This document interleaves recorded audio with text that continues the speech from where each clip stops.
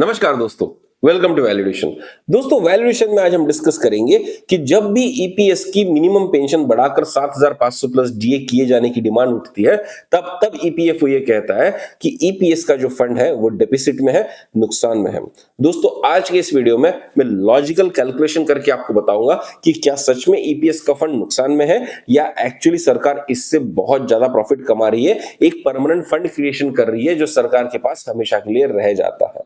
अब दोस्तों होता यह है कि ईपीएस जो है एक कॉन्ट्रीब्यूटरी डिफाइंड स्कीम है, जहां पर हर महीने कितना पैसा आपके अकाउंट से कटेगा वो यहां पर तय है।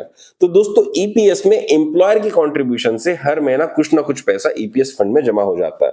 स्टार्टिंग में ये 417 रुपए था, फिर ये बढ़ के 571 रुपीज हो गया और 2014 के बाद बढ़ के दोस्तों ये हो गया 1250 रुपए। और जब तक एक आदमी 58 की एज तक पहुंचता है तब तक लाखों रुपए ईपीएस के पास जमा हो जाता है और 58 की एज से आपको एक पेंशन फॉर्मूला के बेसिस पे एक पेंशन दे दी जाती है जो इसी फंड में से निकाल के आपको दी जाती है। और साथ ही साथ ये फंड ग्रो भी होते रहता है क्योंकि ये पैसा इन्वेस्टेड रहता है।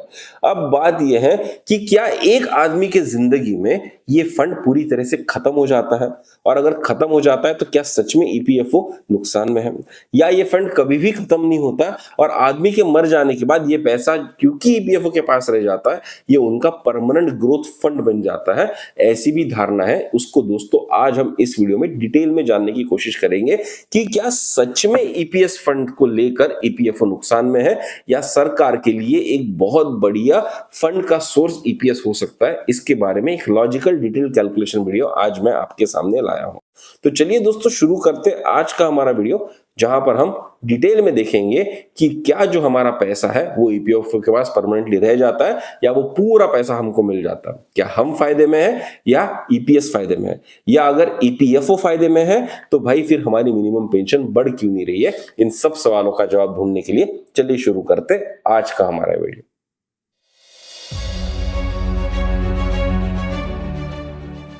दोस्तों आगे बढ़ने से पहले मेरी आप सबसे एक गुजारिश रहेगी कि अगर आज तक आपने हमारे चैनल को सब्सक्राइब नहीं किया तो जरूर सब्सक्राइब कीजिए। अगर आप हमारे वीडियोस रेगुलरली देखते हैं तो दोस्तों वीडियो को लाइक भी किया कीजिए, क्योंकि YouTube आपके फायदे की वीडियो आपको तभी दिखाता है जब आपको वीडियो पसंद आ रहे हो, और YouTube को पता चलता है कि वीडियो आपको पसंद आ रहा है जब आप उस वीडियो को लाइक करते हो, उस चैनल को सब्सक्राइब करते हो।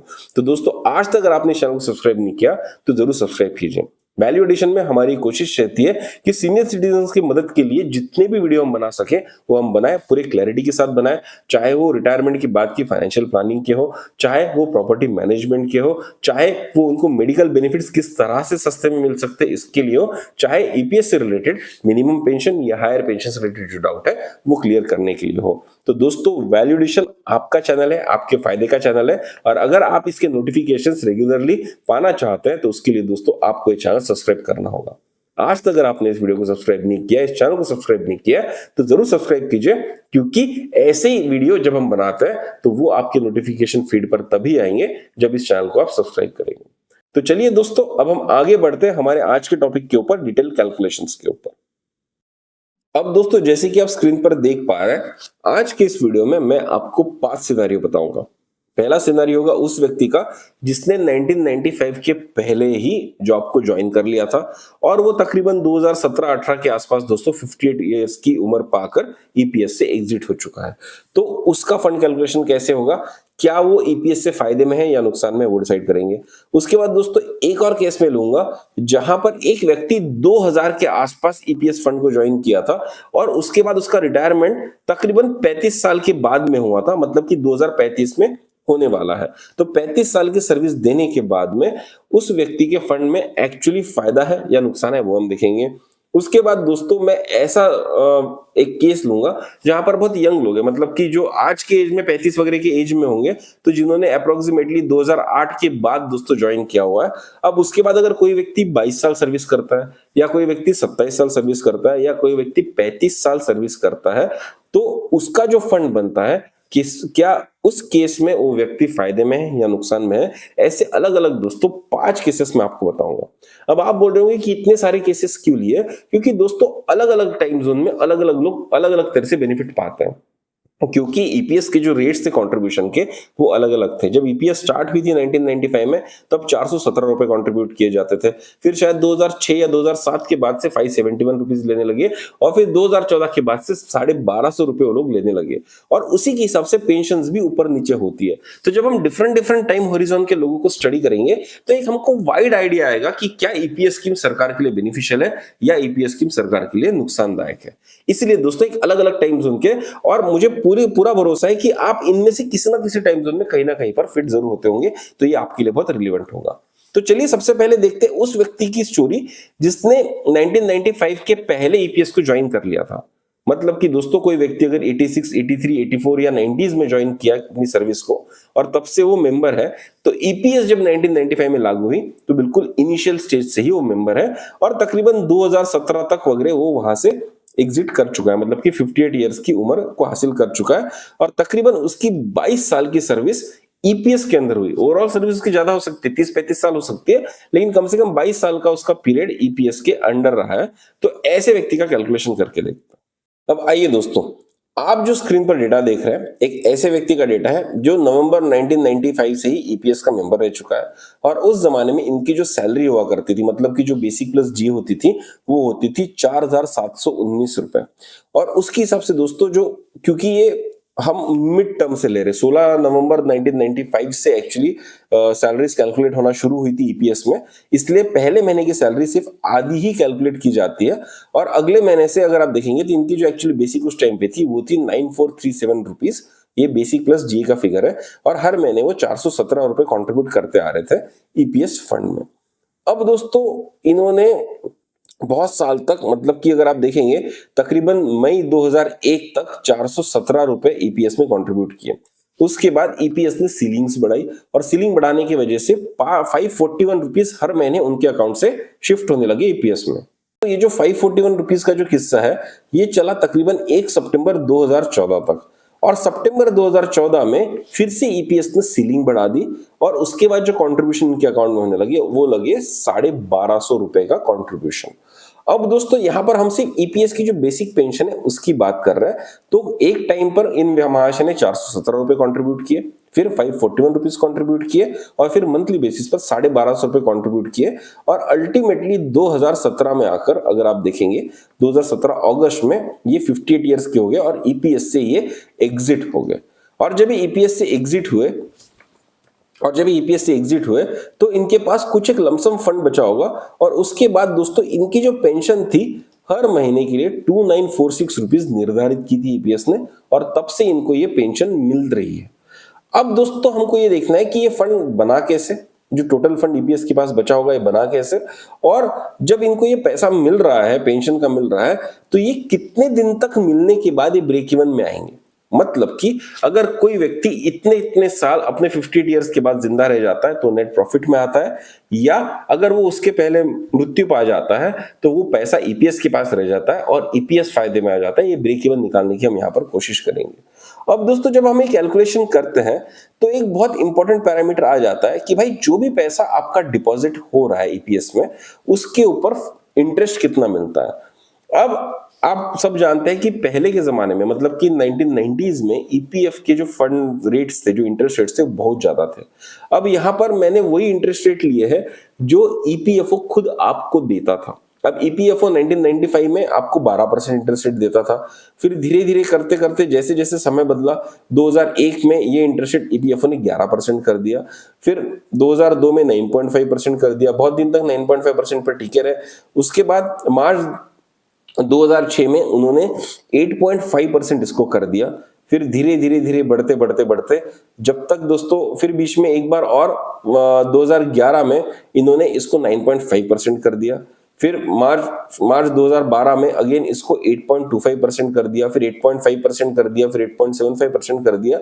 ऐसा दोस्तों डिफरेंट टाइम पर अलग अलग इंटरेस्ट रेट ईपीएफओ आपको देते रहा था और ये ईपीएफओ का खुद का डेटा है। ये मैंने मनगढ़ंत कहानियां नहीं गढ़ रहा हूं यहाँ पर, ये ईपीएफओ ने खुद ने पहले एक बार ये डेटा दे चुके हैं, तो वो मैंने लिया था। तो जब ये व्यक्ति 58 ईयर्स के होकर ईपीएस से एग्जिट हो चुके थे तो उस टाइम पे जो ईपीएफओ का इंटरेस्ट रेट था वो 8.65 था।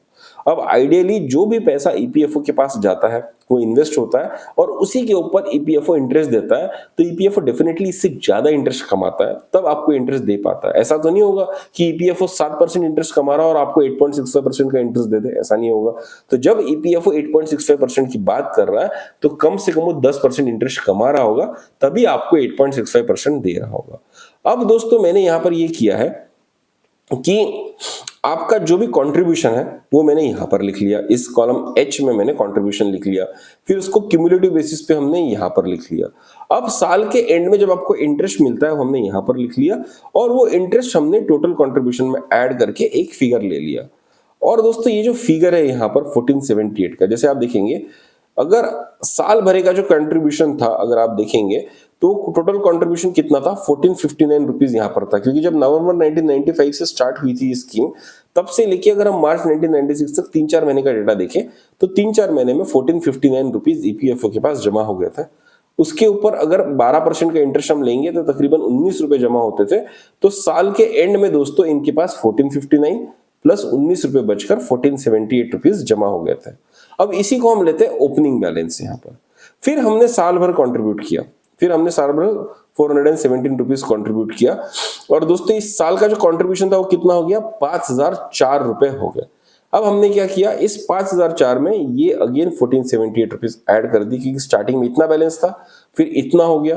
अब ये पैसा ऐड करने के बाद में एक टोटल फिगर बना कि जो हमने कंट्रीब्यूट किया, फिर अब उसमें 12% फिर से इंटरेस्ट मिलेगा, तो ये 453 रुपीज इंटरेस्ट उसमें ऐड होगा और टोटल साल के एंड में 6935 रुपीज यहाँ पर बचेगा। तो दोस्तों ऐसे ही हम करते जाएंगे, हम देखेंगे कि हमने साल भर कितना कंट्रीब्यूशन किया, साल के स्टार्टिंग में हमारे पास कितना पैसा था, इन दोनों को हम ऐड करेंगे, फिर उस साल का इंटरेस्ट हम उसमें ऐड करेंगे तो हमारा एक क्लोजिंग बैलेंस बनेगा। और ये जो मेथड है दोस्तों, ये ईपीएफओ ने खुद ने दी हुई मेथड है कि ईपीएफओ इस तरह से कैलकुलेशन करता है। जब हायर पेंशन का कैलकुलेशन शीट ईपीएफओ ने दिया था तब इसी तरह का शीट दिया था, मैंने उसी को मॉडिफाई करके नॉर्मल पेंशन के लिए यहाँ पर किया हुआ है। तो इस तरह से ये जो महाशय है जिन्होंने 1995 के पहले सर्विस ज्वाइन कर ली थी और 2017 में ये ईपीएस से एग्जिट हो गए, तो इफेक्टिवली इनकी जो सर्विस है वो 22 साल की सर्विस थी, तो पेंशन कैलकुलेशन में इनको 2 साल का बोनस भी मिला होगा। अब दोस्तों इस व्यक्ति ने जब एग्जिट किया ईपीएस से तो उनके पास में कितना फंड बना रहा, सब इंटरेस्ट सब मिलाकर अगर आप देखेंगे तो इन व्यक्ति के पास में जो फंड बना वो बना 3,99,250 रुपीज, मतलब कि अप्रोक्सीमेटली 4 लाख रुपए का फंड यहाँ पर इनको बना। और इनकी जो मंथली पेंशन बनी वो कितनी बनी, 2946 रुपीज की पेंशन बनी। तो साल भर में इनको कितनी पेंशन मिलती थी, 35,352 रुपए, मतलब कि 35,352 रुपीज इनको पेंशन मिलती थी। अब this divided by the savings figure अगर मैं करूंगा तो तकरीबन 8.85% का इंटरेस्ट इनको अपने फंड के ऊपर मिल रहा है। मैं फिर से एक बार समझाऊंगा, साल के एंड में जो इनका मतलब जब जिस टाइम पे एग्जिट हुए उस टाइम पे जो उनका फंड वैल्यू ईपीएस में था वो था तकरीबन 4 लाख रुपए का। अगर इस 4 लाख रुपए को इन्वेस्ट ईपीएफओ कहीं पर कर देता है तो उससे कुछ इंटरेस्ट जनरेट होगा आगे भी जाकर। अब वो जो इंटरेस्ट जनरेट होगा दोस्तों, उस इंटरेस्ट से ईपीएफओ इनको कुछ पेंशन दे रहा है, तो पेंशन कितनी दे रहा है, 2946 रुपीज की। तो 2946 इंटू 12 मतलब कि 12 महीने की अगर हम पेंशन निकालेंगे तो तकरीबन 35,352 रुपीज की पेंशन बनती है एक साल में। तो सालाना इंटरेस्ट जो आपको मिल रहा है आपके पैसे के ऊपर, ये जो 4 लाख रुपए ये आपने कंट्रीब्यूट किए थे, आपका बढ़ा हुआ फंड है, इस पे जो आपको पैसा मिल रहा है ये मिल रहा है 35,352 रुपीज। तो आपको इफेक्टिवली कितना इंटरेस्ट मिल रहा है, 8.85% मिल रहा है। और दोस्तों क्योंकि जो इंटरेस्ट ईपीएफओ दे रहा है वो कम दे रहा है और हमको जो पैसा मिल रहा है वो ज्यादा मिल रहा है, तो वाजिब है कि एक समय के बाद में आपको जो पेंशन दी जा रही है वो इंटरेस्ट और जो आपका फंड है उसमें से थोड़ा सा प्रिंसिपल ड्रॉ कर करके आपको दी जा रही है। तो एक टाइम आएगा जब कहीं ना कहीं पर ये फंड खत्म हो जाएगा। तो दोस्तों ये फंड कब खत्म होगा उसके लिए मैंने कैलकुलेशन की है, वो मैं आपको यहां पर बताता हूं। अब देखिए दोस्तों, यहां पर जो केस 1 है हमने लिया हुआ है, ये समरी शीट में मैं आपको दिखा रहा हूं। हमने यहां पर लिखा है कि ये व्यक्ति 16/11/1995 से ईपीएस का मेंबर था, एग्जिट किया 2017 में, 22 साल की इसकी सर्विस हुई। इसका जो फंड एक्यूमुलेट हुआ है वो हुआ है 3,99,250। अब हम क्या करेंगे दोस्तों, ये जो 3,99,250 है, अगर ये हमारे हाथ में आ जाता अगर ईपीएफओ के पास नहीं रहता और हमारे पास आ जाता तो हम इसको कहीं ना कहीं पर इन्वेस्ट करते, तो ईपीएफओ भी एग्जैक्टली यही चीज कर रहा होगा। तो मैं ये समझ रहा हूं कि इसको यहां से आगे चलकर कम से कम 8% सालाना इंटरेस्ट मिलेगा।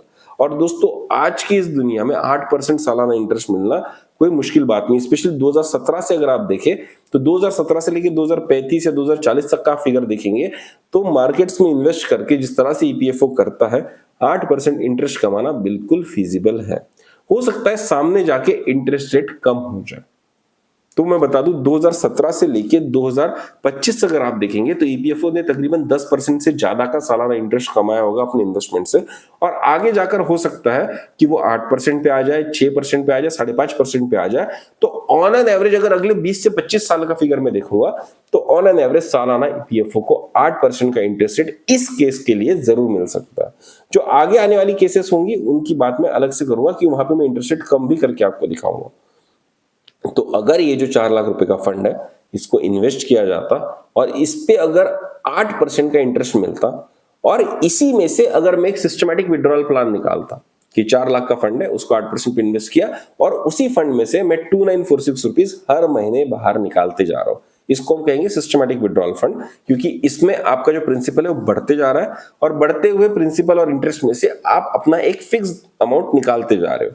तो जब ये 2946 रुपीज निकाला जाएगा तो बेसिकली आपको जो है ये पैसा कब तक पुरेगा, मतलब ईपीएफओ आपको कब तक इस पैसे में से पेंशन दे सकता है, तो उसका आंसर होगा 26 ईयर्स 2 मंथ्स।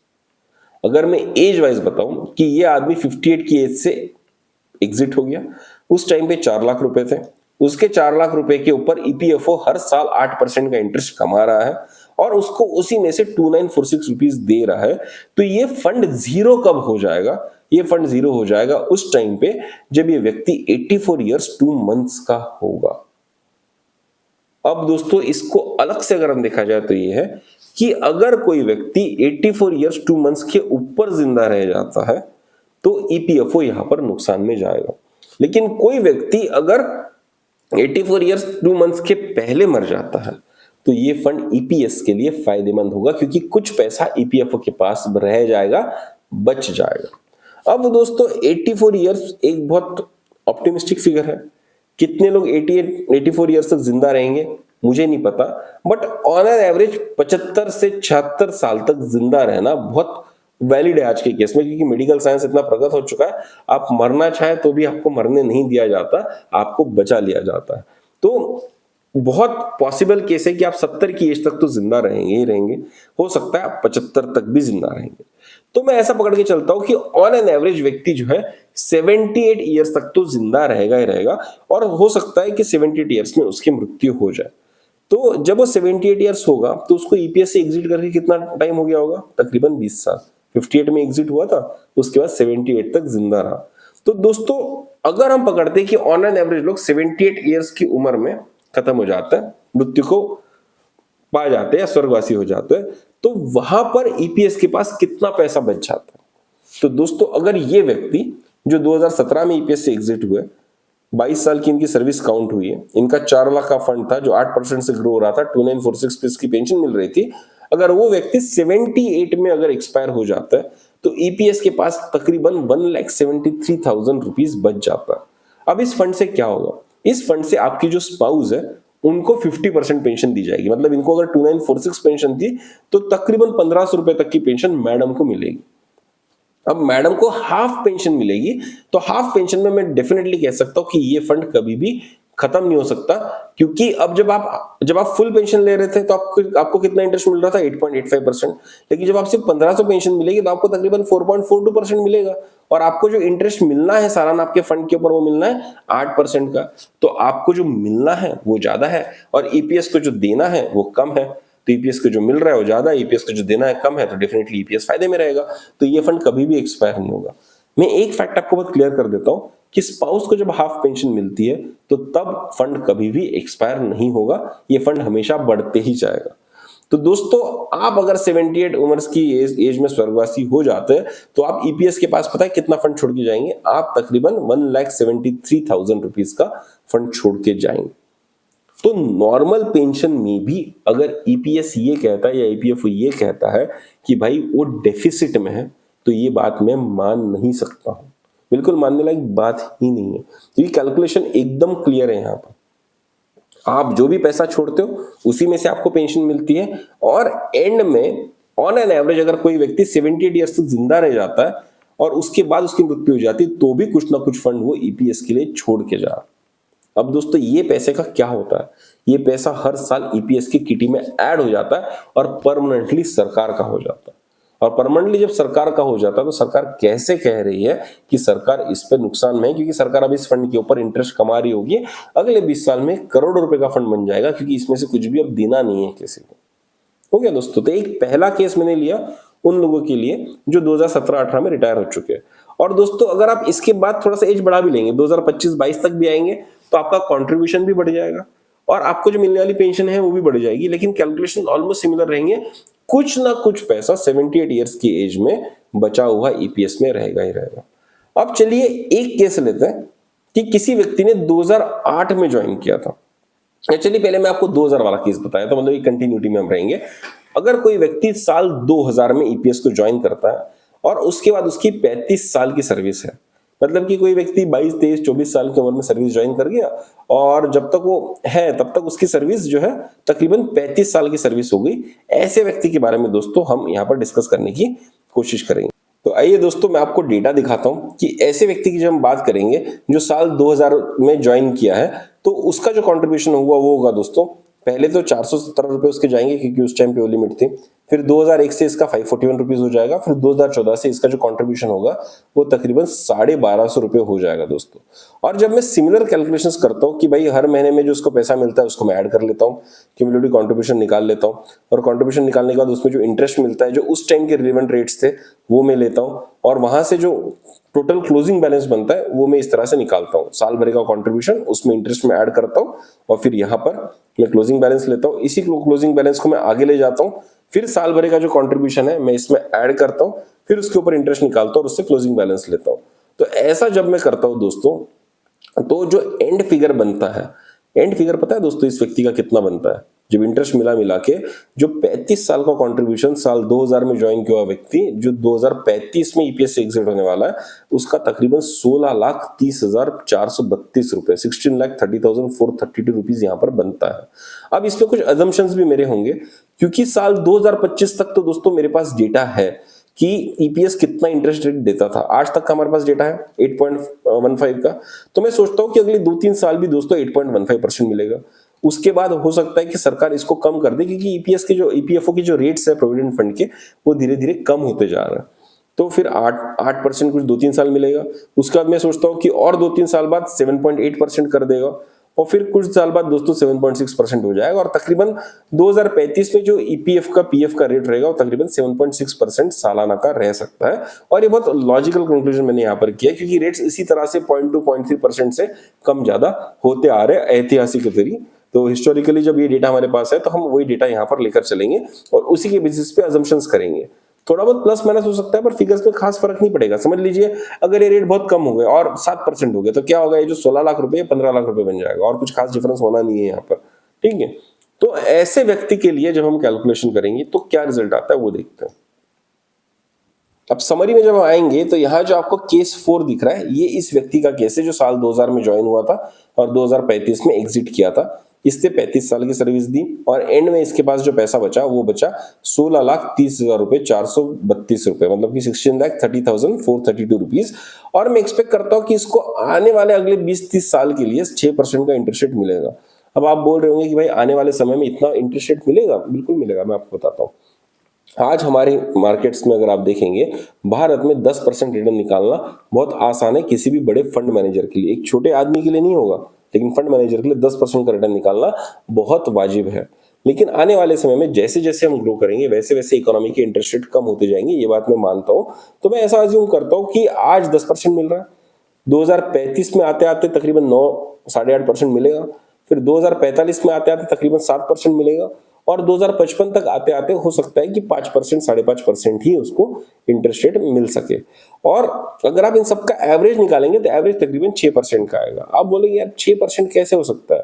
मैं आपको बता दूं, अमेरिका जैसा कंट्री जो बहुत प्रगत कंट्री है, जहां पर उनकी जीडीपी 2% से ग्रो करती है और उनके बैंक के इंटरेस्ट रेट भी 2-2.5% के होते हैं, वहां पर भी जो पेंशन फंड मैनेजर है वो 7 से 8% आज निकाल पा रहे हैं। तो क्या हमारे फंड मैनेजर 6% नहीं निकाल पाएंगे सेम सिचुएशन में? बिल्कुल निकाल पाएंगे, आप बिल्कुल भरोसा कीजिए मेरे ऊपर। फाइनेंस का सेंस यही कहता है कि इट विल बी पॉसिबल।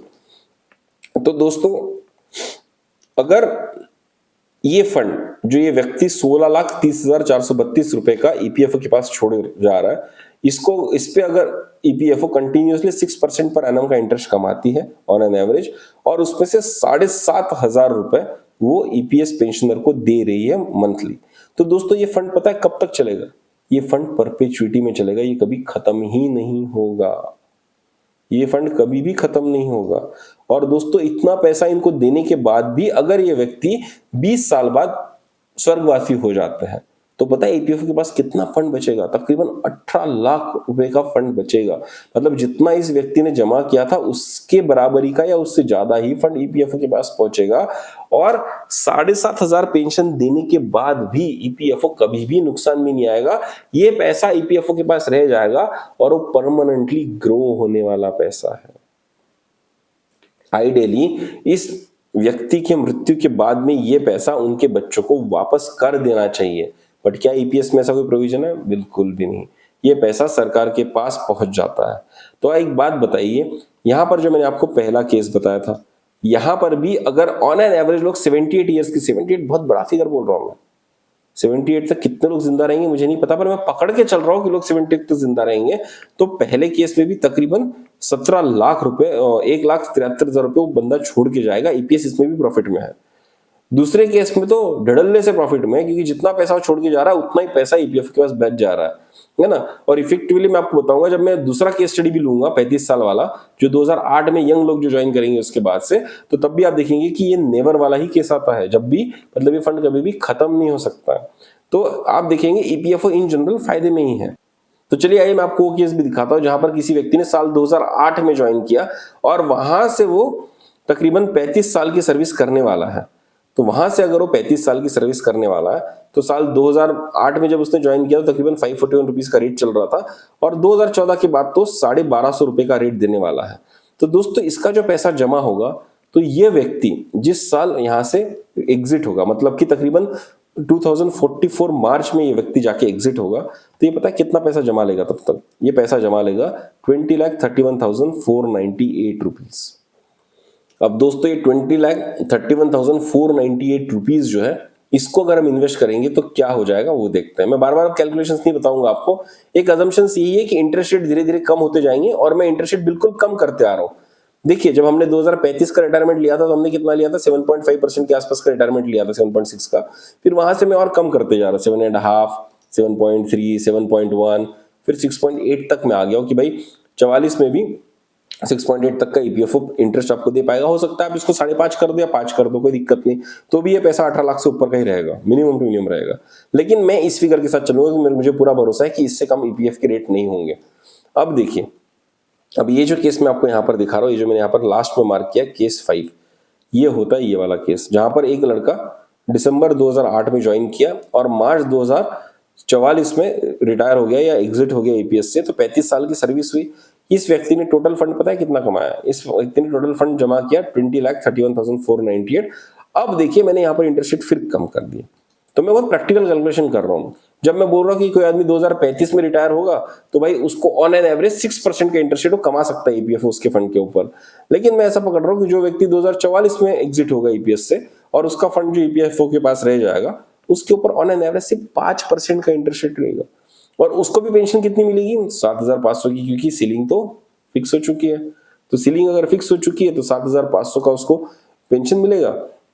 तो ये फंड कितने दिन तक चलेगा? ये फंड परपेचुइटी में चलेगा। ये फंड कभी खत्म नहीं हो सकता। वो मर जाए, उसकी वाइफ मर जाए, उसके बाद भी वो फंड टिका हुआ रहेगा। और अगर आप देखेंगे कि ऑन एन एवरेज अगर हम फिर से पकड़ते कि 78 तक लोग जिंदा रह जाएंगे, मैं बार बार कह रहा हूँ 78 बहुत बड़ा फिगर में बोल रहा हूँ, लोग इतना जिंदा नहीं रहते, 70 के पहले खत्म हो जाता है, लेकिन फिर भी 78 तक अगर जिंदा रहेगा और उसके बाद वो मर जाता है, तो भी वो ईपीएफओ के लिए तकरीबन 23,33,000 रुपीज तक छोड़ के जाएगा। तो मॉरल ऑफ द स्टोरी है कि अगर कोई भी व्यक्ति 35 साल ईपीएस का मेंबर रह गया, तो उसके बाद ईपीएफओ कभी भी नुकसान में हो ही नहीं सकता।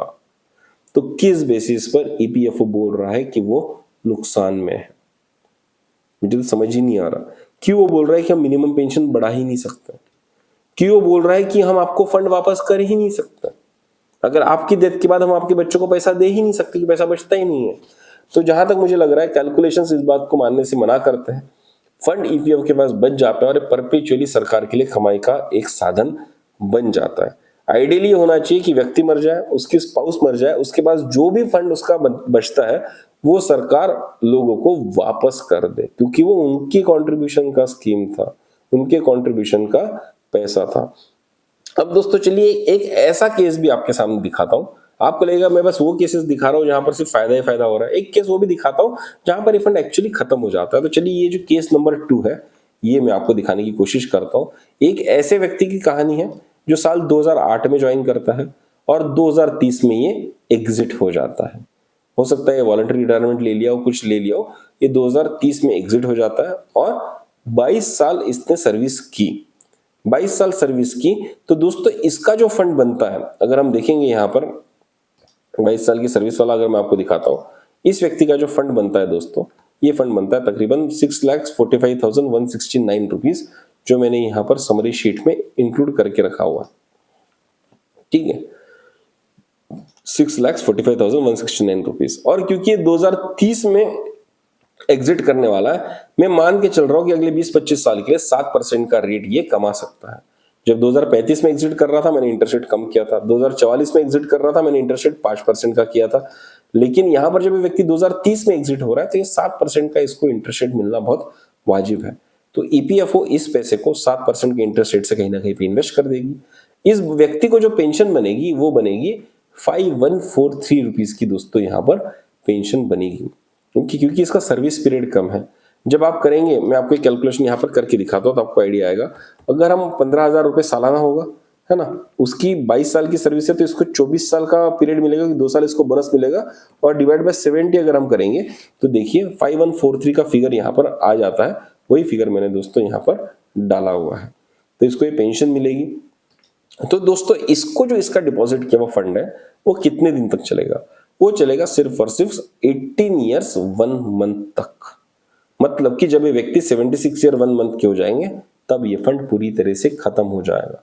अगर व्यक्ति इसके पहले स्वर्गवासी हो जाता है तो ये फंड ईपीएफओ के पास रहेगा, वैलिड फंड रहेगा, प्रॉफिटेबल रहेगा। लेकिन अगर ये व्यक्ति 76 ईयर से ज्यादा जिंदा रह जाता है तो ईपीएफओ यहाँ पर नुकसान में आएगा। अब ये दोस्तों मैंने उन लोगों की केस बताई जहां पर 2008 के बाद जब कंट्रीब्यूशन ज्यादा था, 1250 रुपए का कंट्रीब्यूशन था, उसके बाद ये व्यक्ति सिर्फ और सिर्फ 22 साल की नौकरी करता है, तब एक केस ऐसा आता है जब वहां पर वो फंड 78 के पहले डिप्लीट हो जाता है। अब यहाँ पे 2-3 चीजें हमको समझने की जरूरत है कि पहली बात तो कितने लोग 76 ईयर्स तक जिंदा रहेंगे, ये फिगर देखने की जरूरत है। मैक्सिमम लोग 70 तक खत्म हो जाएंगे, लेकिन चलिए क्योंकि हमने अजम्पशन 78 का किया था हम ये बात मान लेते हैं। लेकिन जो व्यक्ति 2008 में ज्वाइन करेगा वो 22 साल की सर्विस क्यों करेगा? वो तकरीबन 30 साल के ऊपर की सर्विस करेगा। अब देखिए दोस्तों, जो ईपीएफ का एज है 58 का एग्जिट का एज है। जनरली लोग 25 साल के एज में ज्वाइन कर जाते हैं, जॉब पे लग जाते हैं कहीं ना कहीं पर। 25 साल का बच्चा बहुत रेयरली खाली बैठता है। तो 25 साल से लेके जब वो 58 साल तक काम करेगा तो तकरीबन 33 साल होते हैं, तो 33 ईयर्स का सर्विस को मिलेगा। अब ऐसा पकड़ के चलते हैं कि चलिए कोई व्यक्ति जो है उसने नहीं काम किया उतना, वो 28-29 को ज्वाइन किया, तो भी दोस्तों उसके पास तकरीबन 30 साल का पीरियड उसके पास मिलता है। और 30 साल में तो कभी भी फंड खत्म नहीं होगा, तो मैं प्रूफ करके दिखा चुका हूं आपको, फंड खत्म ही नहीं होता है। अगर हम 28 साल वाला एक केस लेंगे, चलिए एक केस आपको वो भी दिखाता हूं। 2008 में ज्वाइन किया और ये व्यक्ति जो है ये 27 साल की इन्होंने सर्विस की थी। ओके, 30 साल की कम का एक फिगर लिया, 27 साल की सर्विस की थी। तो उनके केस में पता है फंड कितना बचता है? फंड बचता है 10,75,000 रुपए। और इस पे अगर 6% का इंटरेस्ट इनको मिलता है, क्योंकि ये 35-36 साल का पीरियड है इसलिए मैंने 6% का इंटरेस्ट लिया। इस व्यक्ति की जो पेंशन बनेगी वो बनेगी 6,214 रुपए। और इसका जो फंड होगा दोस्तों ये खत्म जरूर होगा, लेकिन कब खत्म होगा? 31 ईयर्स के बाद जाके खत्म होगा। मतलब अगर ये व्यक्ति 91 ईयर्स तक जिंदा रह गया तो ही ईपीएफओ नुकसान में जाएगी, वरना ईपीएफओ नेट प्रॉफिट में जाएगी। और 91 ईयर्स तक जिंदा रहने की क्या प्रोबेबिलिटी है? ऑलमोस्ट नील बटे सन्नाटा। 1% 2% की प्रोबेबिलिटी हो सकती है, उसको नील बटे सन्नाटा ही पकड़ के चलना चाहिए। तो अगर मैं 78 ईयर्स में देखूंगा कि फंड की वैल्यू क्या होगी, तो तकरीबन 6 लाख रुपए ईपीएफओ के पास बचने चाहिए। तो देखिए दोस्तों, मैंने यहां पर हर तरह का सिनारियो ले लिया। 1995 में ज्वाइन किया, 2017 में रिटायर हुआ, 2008 में ज्वाइन किया, 2030 में रिटायर हुआ, 2008 में ज्वाइन किया, 2036 में रिटायर हुआ, 2000 में ज्वाइन किया, 2035 में रिटायर हुआ, 2008 में ज्वाइन किया, 2044 में रिटायर हुआ, 22 साल, 27 साल, 35 साल, ऐसा अलग अलग सिनारियो मैंने लिया। इन सिनारियो में सिर्फ एक सिनारियो हमारे हाथ में लगा है जहां पर फंड खत्म होता है, बाकी किसी भी सिनारियो में ये फंड खत्म होता ही नहीं है, धड़ल्ले से ईपीएफ के पास रह जाता है। और इस सिनारियो, ये जो सिनारियो दोस्तों जो मैंने आपको बताया, ये वाला जो सिनारियो, ये अनलाइकली सिनारियो है, क्योंकि 2008 में ज्वाइन किया हुआ व्यक्ति जो होगा कम से कम 30 साल की सर्विस तो देगा। अगर लोग 28-29 में भी सेटल हो जाते हैं, जॉब पे लग जाते हैं, तो वहां से दोस्तों 30 साल की सर्विस तो करते ही करते हैं। कोई भी आदमी 30 साल तो जिंदगी में नौकरी करता ही करता है। तो ये सिनारियो बहुत अनलाइकली सिनारियो। तो मोस्ट लाइकली सिनारियोस क्या है दोस्तों? वो सारे सिनारियोस जहां पर ईपीएफओ के पास में पैसा बच जाता है। अब दोस्तों, आज के इस वीडियो से हम क्या सीखें?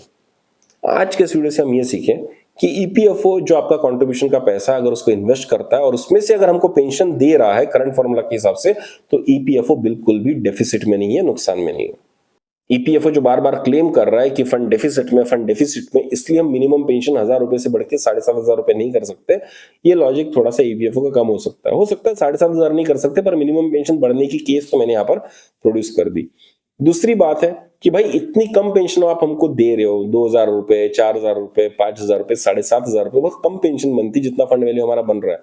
उससे अच्छा भाई हमारा फंड हमको वापस कर दो, हमारा फंड वापस कर दो, हम खुद ही उसको अच्छे से इन्वेस्ट कर लेंगे। वो जो पीएफ में से कट के जो ईपीएस में जाता है ना, उसको पीएफ में रहने दो, तो हम ज्यादा फायदे में, ऐसा मुझे लगता है। या तो भाई आप जिंदगी भर हमको पेंशन दे दो और फिर हमारे मरने के बाद जो पैसा बचता है वो बच्चों को वापस कर दो। ये तीनों केसेस यहाँ पर लॉजिकली प्रूव होते हैं। और मैं बता रहा हूं, अगर ये कोर्ट में डेटा लेके जाएगा तो कोर्ट में डेटा बिल्कुल स्टैंड भी करेगा।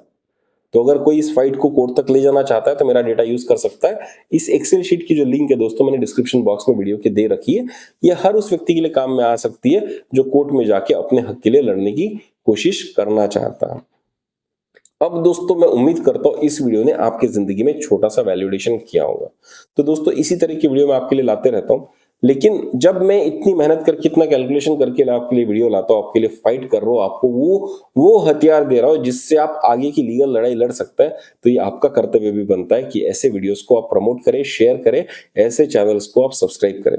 तो दोस्तों, अगर आपको ये वीडियो पसंद आया हुआ तो मुझको कमेंट बॉक्स में कमेंट करके जरूर बताइएगा कि आपको इस वीडियो की सबसे अच्छी बात क्या लगी।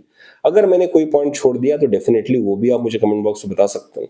अगर आपकी कोई क्वेरी है या किसी और टॉपिक के ऊपर आप वीडियो चाहते हैं तो भी आप मुझे कमेंट बॉक्स में बता सकते हैं। अगर आपको ये वीडियो पसंद ही नहीं आया तो बिल्कुल आप मुझे फटकार भी सकते हैं कमेंट बॉक्स में, लेकिन दोस्तों कमेंट जरूर कीजिएगा, क्योंकि जब आप कमेंट करते हैं तब इस तरह के वीडियोस को एंगेजमेंट मिलता है और तभी दोस्तों यूट्यूब ऐसे वीडियोस को प्रमोट करता है, तभी ज्यादा से ज्यादा सीनियर सिटीजन तक हम इस इंफॉर्मेशन को पहुंचा सकते हैं, ज्यादा से ज्यादा लोगों को फायदा दे सकते हैं।